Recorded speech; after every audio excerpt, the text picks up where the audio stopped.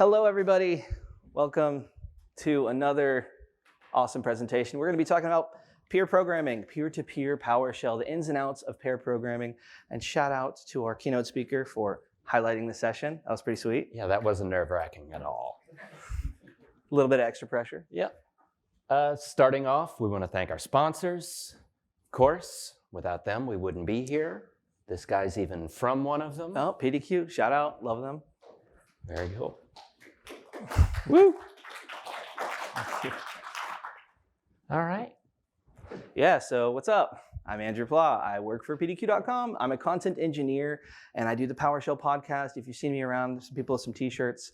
If you want a t-shirt, come up after. I have some left, but I'm joined with someone very special today. My name is Kevin Cefalu. I am the DevOps Engineering Manager for NetChecks. It's an online HRM platform. And I'm also, this past year, a certified Azure administrator. Not big into the social media stuff, but if you do want to find me, I'm on GitHub, LinkedIn, and if you 3D print at all, I'm also on Thingiverse. I like that. Have some designs. Yeah, some designs on Thingiverse. 3D print extraordinaire. I know you said you're not active on socials. Andrew Pla Tech. I am a little bit active if you want to check it out. Do some cool stuff there. The host of the PowerShell podcast. Yep. All right, time to get into it, right? So the goal of this session, we were thinking about how do we kind of frame this, and the goal of this session was to give a prescriptive method that will work 100% of the time, all the time. For every single challenge and hurdle that you're going to run into, we have the one solution. Yep. Just kidding. Gotcha. You got him, dude. There is no such thing as a prescriptive method to pair programming. Everything that we're going to discuss today is something that you're going to want to take in, learn about, and then make it your own. Dealing with humans is difficult. It's a lot more difficult than software a lot of the time. Yep. So working with someone, make it your own process. There's a lot of nuance and flexibility there. Yeah. All right. So our actual goals.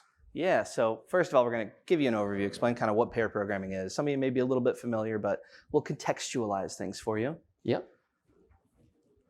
We'll go over some general roles and styles that are often used in pair programming. Benefits and opportunities. Ooh, Yeah. What are some of the benefits of this? You definitely want to get something out of it, and you will. Yep. Challenges and solutions. We're not just going to give you problems. We're also going to recommend some ways that you can work around them. Always going to run into challenges. And then some tool recommendations. How can you actually go about implementing some of the stuff and techniques that we covered today? Yeah. What are some tools you should use? That's it. There's a lot of them. So what is pair programming? At its core, it is when two engineers work on a single unit of work at the same time. Now that is putting it very simply, of course. One programmer will generally own the keyboard. They will write code. They will deal with the editor. The other one is going to navigate them, guide them, give them information that they've Googled or researched to try and figure out where to go next. And that's the by the book definition. You'll see there's some nuance to it. There's some different ways that we can expand beyond that definition. Of course. So some ideal use cases. First off, complex tasks. It's oftentimes we find ourselves with something that is very nuanced, and everyone's heard of the rubber ducky, I presume, right? Being able to talk through a problem generally helps us get to a solution. It works with another human too, surprisingly. It's not just inanimate objects? Yeah. Wow, that's amazing. Yeah. Speed up important tasks. Mm-hmm. So sometimes there's important things that need to be done, and you can help alleviate the pressure that is put onto one individual by distributing it through a couple. There's other benefits that come along with that, but that is one of them. Absolutely. Bottlenecks and roadblocks. A lot of times you find yourself in the weeds, you're slowed down by something, you don't have permission to do something. Pull someone in, pair with them. They're going to have expertise, permissions. that might get you through roadblocks a lot faster. That's what I'm all about. Problem solving and help. Yes. So when it comes to solving problems, 2 heads are better than 1. Yeah. Getting that outside perspective, very helpful. My personal favorite, training and onboarding. Honestly, this is something that we're trying to do at our company more.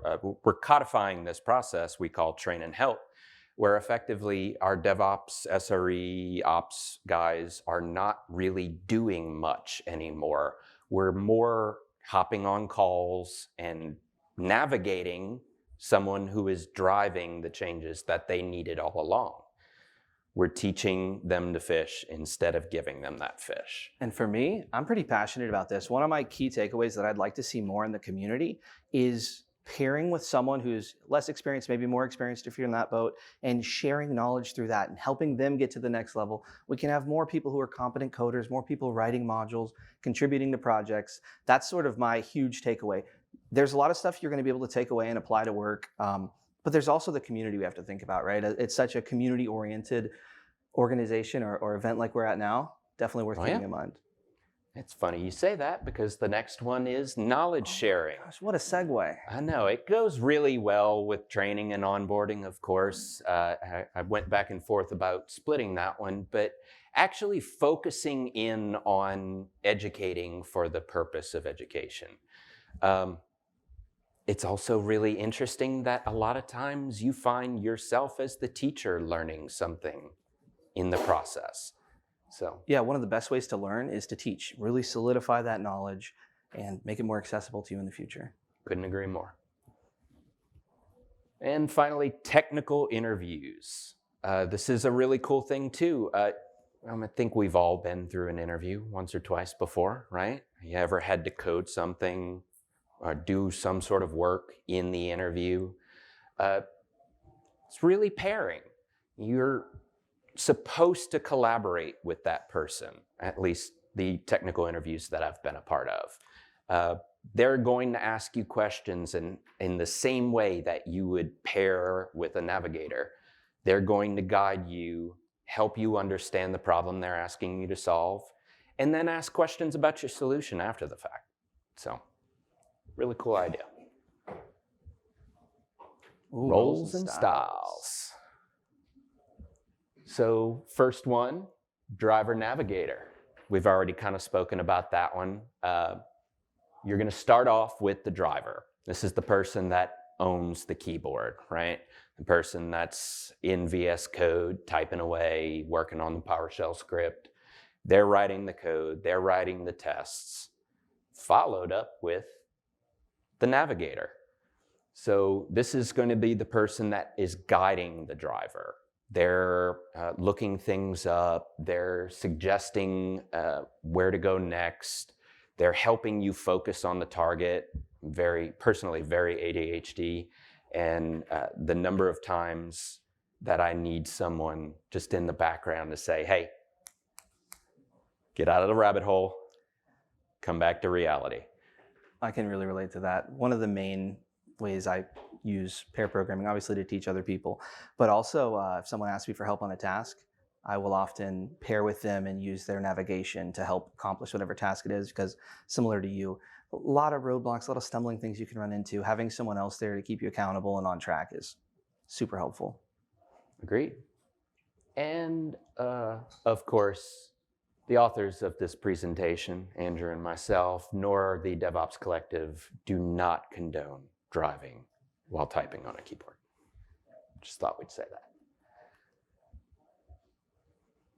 Take it away. Yeah, we got the ping pong approach. So as you can see, we got Pong, classic, shout out Atari and all that.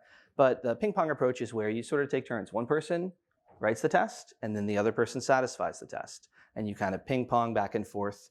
And we always talk about, we hear test-driven development, getting tests written. That is can be pretty daunting. I think some people struggle with that. But when you're able to distribute that workload, not have it all be on your shoulders, and sort of hold each other accountable, it can be a little bit easier. Yeah. And something important to note too is that, especially in ping pong, we're talking about role reversing as well. Same thing for driver navigator.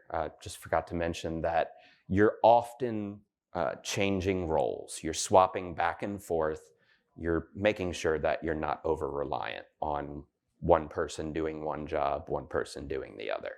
So in the case of ping pong, one person's writing a test, the other person's satisfying it. The next test, that person now is writing a test and satisfying on the opposite side. Yep.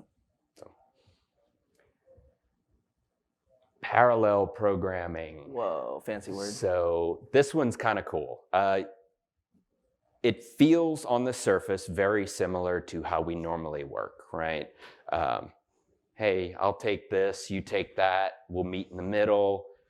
But the focus here is on doing that collaboratively.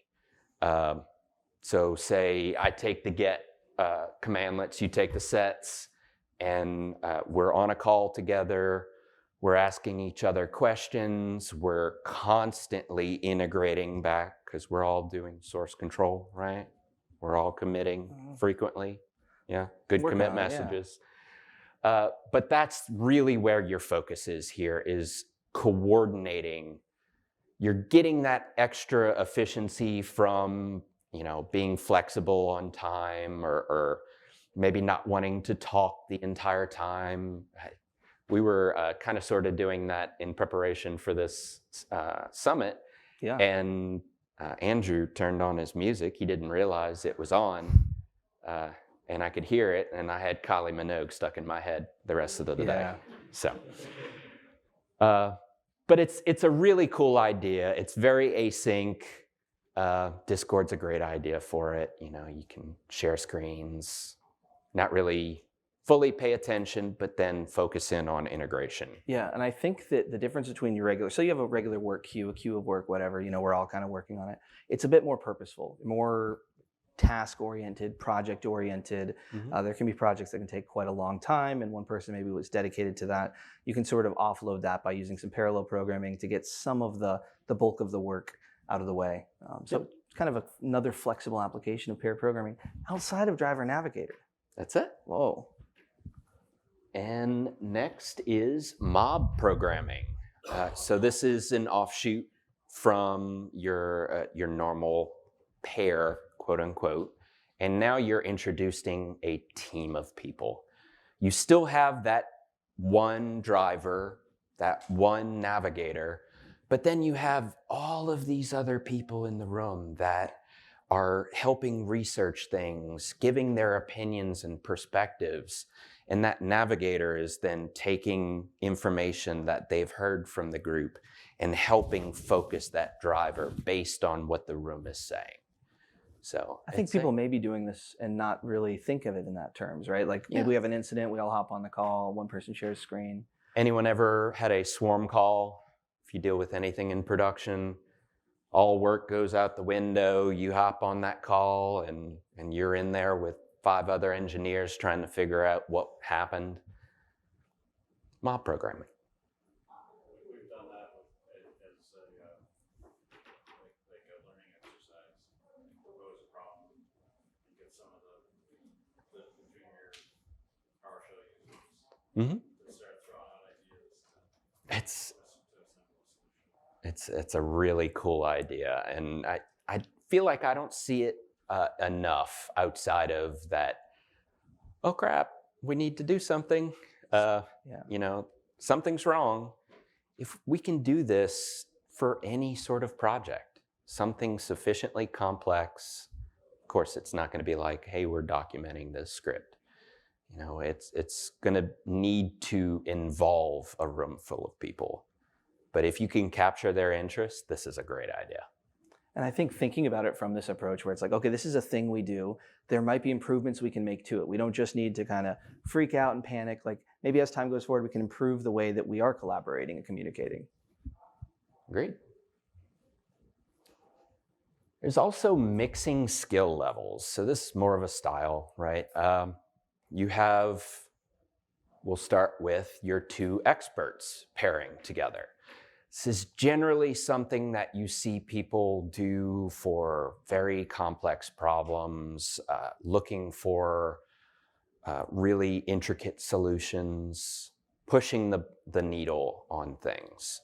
And the collective experience that you find between two experts on a subject is going to show in your final product. Yeah, and I think there's a phrase that comes to mind, which is iron sharpens iron. And there can be a lot of beneficial aspects in terms of raising both people with maybe a more advanced perspective. We said expert, it's kind of a loaded term, but someone who's a bit more with it, you can learn a little bit more. And sometimes the takeaways you can have is a bit different than what you would get working with someone who's more of a beginner and kind of teaching the basics. Yep. Oh, that's the wrong button. So next one is expert novice. Oh, I like that. Yeah.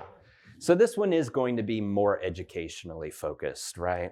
Generally, you'll find a lot of the knowledge sharing is flowing down to someone who is a little less experienced. But I do want to call out here is that just like we spoke about earlier, you'll find that you have the opportunity, if you're the expert in this situation, to learn things as well. You can sharpen your fundamentals, or you might just learn something if you're open to it. And that's a key thing here, is always be open to learning something.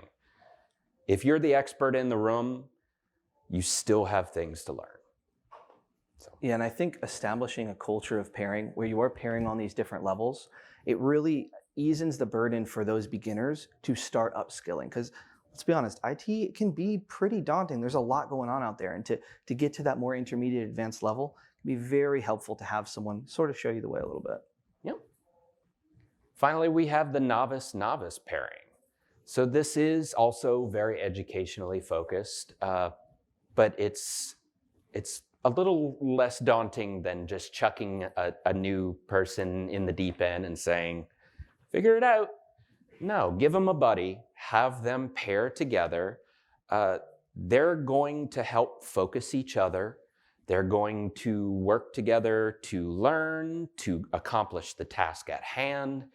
And at the end of the day, they're going to come out with not only the hard skills, but the soft skills as well. Yeah, and I think a big one for me is support. Right? You have that support and accountability of having someone else there to sanity check, and you don't feel like you're having to perform beyond where your skills are because you're working with someone who's maybe you look up to them a lot. You sort of get someone on your same level where you can grow together. Yeah. And again, with the community thing, right? That's sort of the foundations of some of these relationships and things you can take with you throughout your career. Couldn't agree more. Benefits and opportunities. Ooh, how can we take advantage of all this? Yes, so there's risk mitigation, right? So when you have a single point of failure, that could be in terms of someone writing one bit of code, or a single point of failure, you have only one person who knows how to write PowerShell code and actually maintain what you may have in your environment in terms of automation. When two people work together, they can resolve blockers, provide perspective, and hopefully avoid making some bad decisions that could hurt things in a major way, and spread out some of that stress. Yeah. Faster, save more time up front. It's a really cool idea. So diverse perspectives. This is something that, I think is kind of obvious on the surface, but we all have different experience. We're all coming from a different place. There might be similarities, but someone is going to catch something that you wouldn't think of.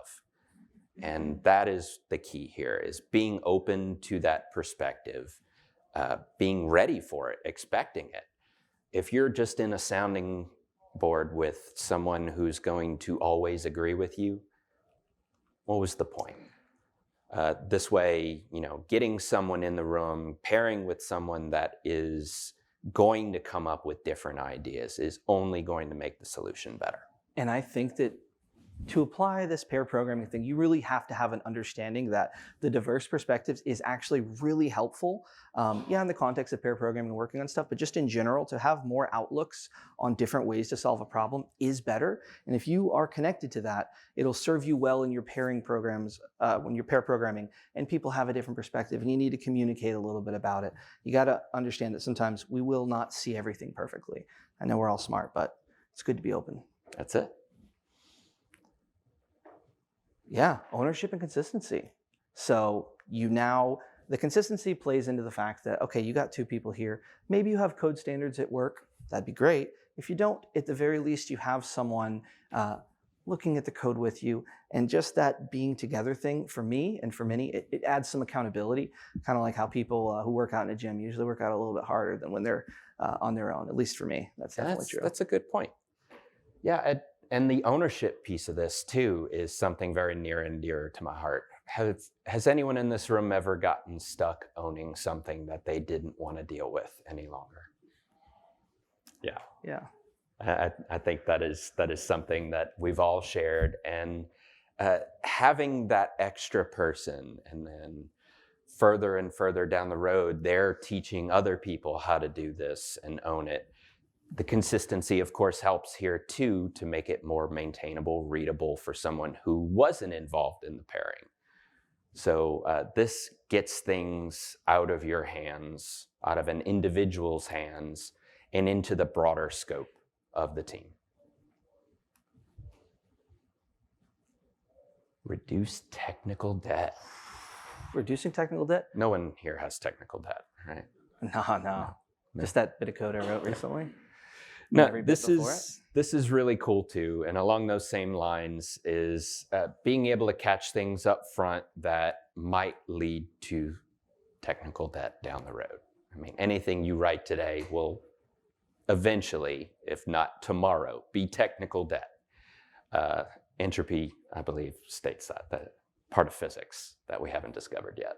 I'll say one thing, not written, but an extra slide that just kind of came to me. Force multiplication, right? So you have some impact you can make at an org, and it's kind of limited to the hours in the day, unless you're able to expand your efforts outside of yourself. And when you pair with someone and you share code standards and you bring them up, all of a sudden these skills that you've worked and now shared with others, you're able to have a much larger impact. And as someone who's efficiency minded, and I like that part of PowerShell a lot, it's really easy to think like, okay, yeah, building up people on my team is going to be massively worth it from an automation perspective long term. Agreed. And if the person you're pairing with can't read the script, then what hope does a junior coming in and trying to figure it out down the road? So this is pretty cool. It'll help you up front. All right. Ta-da! It's fun, right? That's a benefit, right? I mean, we don't want to just work. We want to have fun doing it. We want to get to know people. I know I have had a blast pair programming with you and working on the slide deck together. We have learned a lot together. So fun is part of it. Otherwise, what's the point? Have fun, make money while you're having fun, learn new skills. I'm in, man. You sold me. That's it. Challenges and solutions. It's not all sunshine and rainbows, huh? What's that? It's not all sunshine and rainbows. It is not, unfortunately. Dang. Again, humans are difficult. So differing work styles. Just like there's different perspectives, everybody has their own styles of working. You might use tabs, I use spaces. We're not going to get along, right? Meet in the middle. There is meeting in the middle, of course. Up front, decide how you're going to work. Come to some sort of agreement that says, here's the times, here's what we're going to focus on, here's how we're going to do it, here's the tools we're going to use to do it. If you get that out of the way up front, you're going to have a better time. Be flexible. Yep.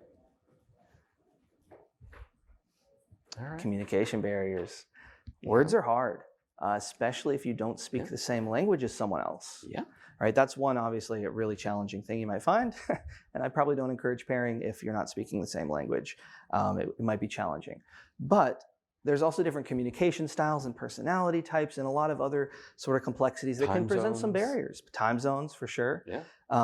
There's no one size fits all Band-Aid for this challenge. But I think that one that's very helpful to be is curious, be eager, be communicative.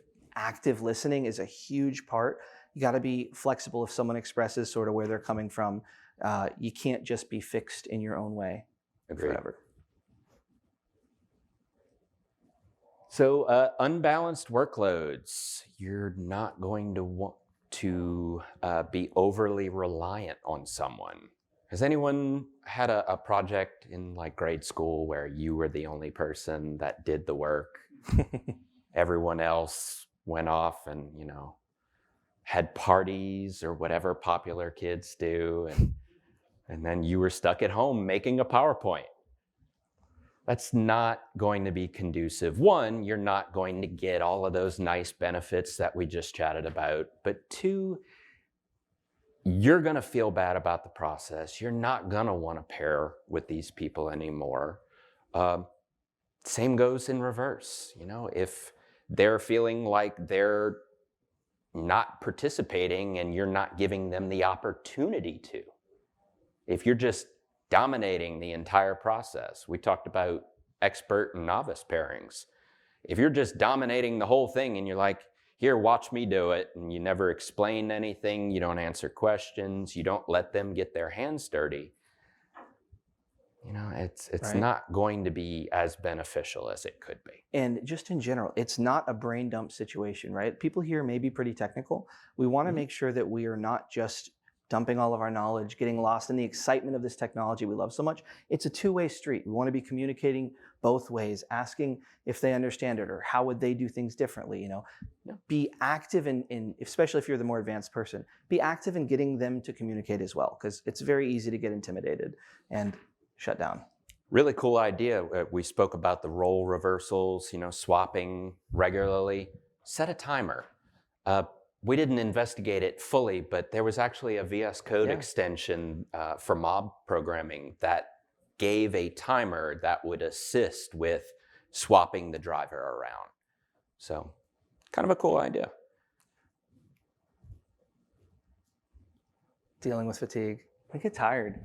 Coding is hard. Words are hard. I'm tired doing right both now. of those, I am too. We're getting there. But doing both at the same time it might be tiring. Life is complex. We have a lot of variables. We don't know everything about everyone else's life. Sometimes your resources that you have can be a little bit constrained. One way to mitigate that is to take regular breaks. Also be kind to yourself, be kind to the person you're pairing with. And with all these pairing things, one thing you want to have is not have it be a bad experience for the other person. And that means if you are burnt out, if it's not working for you, if you got a stressful text, and it's okay to say, hey, today's not the day, can't do it, some stuff came up, because we don't want to have a situation where we get a little too frustrated, a little too pressured by our work, that we end up creating a bad experience for the other person. Maybe we're rude, maybe we just don't listen well. It's okay to take breaks, but also to step away. And to take those breaks before you need them. Yeah. Right? If you're going into a break already mentally exhausted, you probably should have taken that break a half hour ago. All right, handling disagreements. No one in here has also had any disagreements with their coworkers, right? Just our managers. Oh. No, coworkers. I don't have my tag on. Are you saying something? Oh, I forgot Mr. Manager. No, it's important to handle disagreements. You're going to have them with that differing perspective, the differing skill levels, the different knowledge that is coming into a pair programming session. There's bound to be disagreements. How do you handle them? Of course, like Andrew said before, be kind. You want to actively listen to the person that you're pairing with. You want to understand their perspective and why they are disagreeing with you or you're disagreeing with them.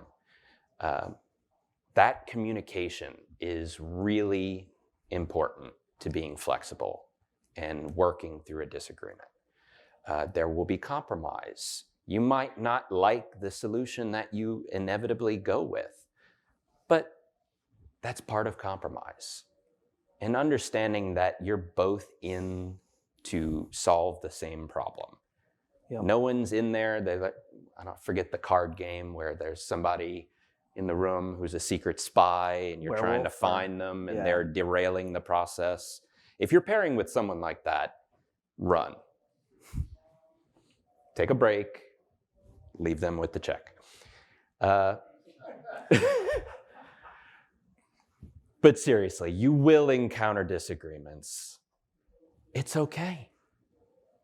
Move through it, compromise, and move on. And take note of whatever decision you made. Maybe briefly summarize the different arguments and the kind of trade-offs of each decision. Because in the future, if you have to reassess the situation or whatever, it's great to have that context of the time you spend communicating about it, right? We're just practicing these communication skills. Yeah, maybe the solution doesn't work out in the long run and you were right. You don't want that information to go back and say, ha ha ha. No, you want your next move to be made for you. You know where to go. There's already another solution on the table. Let's try that now. And oftentimes when you work through disagreements, if you can do it in a kind, nice way, oftentimes the relationship you have with that person is going to be improved long-term. And as you keep building and refining these skills, you sort of start to maybe change the culture of the team you work on. It can extend beyond just the one little thing you're pairing on, which is what I really enjoy about this. I disagree with you. That's all right. We're different. That's all right. Next thing up is a code of conduct. We spoke about it more in the informal sense, but if you're new to pair programming or you're joining in with someone who is new or mob programming, you might find it necessary to maybe have some sort of more formalized, codified agreement that you're all coming into this, you're going to be kind, you're going to actively listen, you're going to participate. And we did put up just an example code of conduct on a GitHub gist. I mean, use it, tear it apart, make it your own, or don't use it. It's not necessary to have something written down. Sometimes it's just kind of nice to fall back on that. I think so too. I think one that is probably the most helpful to have written down is to speak to the communication that's expected in a pair programming session and some of those things. Depending on your culture, if you don't have kind of a nice culture where people are collaborating and communicating well and value that, it can be pretty helpful to have some guidelines going into it. Even if it's just a message to teams or whatever you're using that says, hey, interested in pair programming, here are some of the things we're shooting for, and go from there. Yeah. I really like the community idea for this too. Yeah. Coming into it, someone you don't know, you've never spoken to outside of the context of, hey, do you want to pair with me? This is maybe something to get started. You don't have to use it, but hey, here's the idea I had and here's what I'm going to try and strive to abide by. Tools and configuration. We got tools. We all like tools, right? We I like programs, PowerShell. utilities. PowerShell's my favorite, yeah. It's funny you say that. Oh my gosh, is it? You had this on the slide deck? Gosh, man. I mean, it's a PowerShell conference, right? Yes. Some key points here, make sure that you're using the same version PowerShell. You have the same versions of dependencies, if it's a module, a NuGet package, something. Make sure you're paired up and ready to go on both sides. Yep. You don't want to find out that they've been telling you to do something and you can't figure out why it's not working on your machine and you're just 6 versions behind. Yeah. And y'all ever heard of this? Oh, this is sick. No. It's a starting point. VS Code is sweet. It's this new little application called VS Code, right? You may have heard of its older brother, Visual Studio. This is code. VS Code has a lot of extensions that are pretty sick too. They are very sick. In fact, when you and I were pair programming, you might remember using this guy here, LiveShare. It's pretty cool. The fact that, actually, has anyone used like Word or PowerPoint Excel with someone else in the same tenant, or you share You a see all the OneDrive cursors file. all around the different colors. Yeah. You're in a Miro board, cursors are flying everywhere, you can't figure out what's happening. You can do that in VS Code too. Who'd have thought? Actually, I mentioned earlier that mob timer. We, again, didn't really investigate it fully, but it's a really neat concept. It actually works with live share. So everyone is seeing the same timer. They're being added to the pool for rotation. And actually, we had some problems with live share. You're a Mac guy, I'm Windows. It kept crashing your computer. Hey, you know, it's So, not all sunshine and roses, right? Yes. I mean, something to point out too is that vscode.dev. This is how we got around it. Super cool. Yeah, you can remote. One person can be using Visual Studio Code in the browser on the interwebs, right? No VS Code requirement. Super helpful if you're kind of doing some impromptu stuff or dealing with someone who maybe hasn't gone through, they're pretty beginner, they haven't gone through the whole PowerShell setup thing. You're able to share access to a coding space that you can work on together and show them some cool stuff and then get them set up on VS Code afterwards. Exactly. Show them how cool it is and then get it. I want to use a Raspberry Pi next time. And then, of course, we talked about source control. But again, everyone's committing frequently, right? Yes. I will say also with the commits, if you are pair programming with someone, it can be very helpful to sign the commits, both of you, right? Because ordinarily it'll just show the one email, the person's machine that you're working off of. But when you come back to that commit that maybe there was a decision made on or whatever, helpful to see the actual people who are involved in case one moves on. I don't think we actually discussed this when we were pair programming, but VS Code had a pane that allowed me to add a co-committer. Mm-hmm. Would you say you have to have strong commitment in a coding relationship?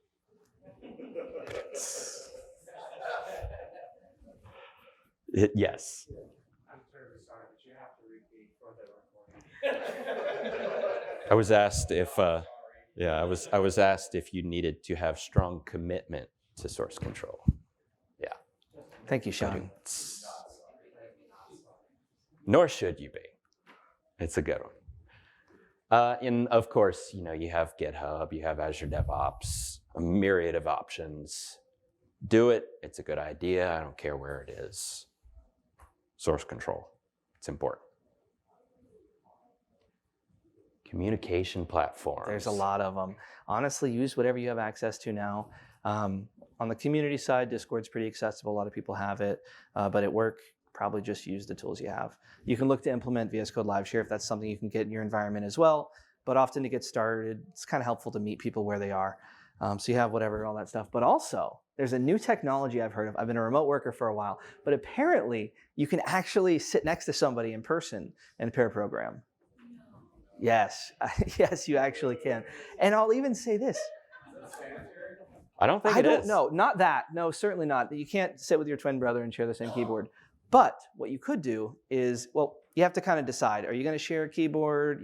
What is the physical interaction level that you're interested in? What do you have access to at your office or the coffee shop? I recommend if you are going to share one workspace, probably bring your own mouse and keyboard and kind of whenever you switch. You're not touching my keyboard. Yeah, no, I'd recommend using your own computer, especially these days. Use your own VS Code and all that, your own settings. But yeah, Discord's actually something near and dear to my heart too, especially after work from home started. I know me and my team, we got pretty depressed that we weren't able to just lean over a cubicle and say, hey, help me out. Hey, you missed a semicolon. We struggled with, we had Zoom, we had Teams, and it was okay, but then we started trying out Discord.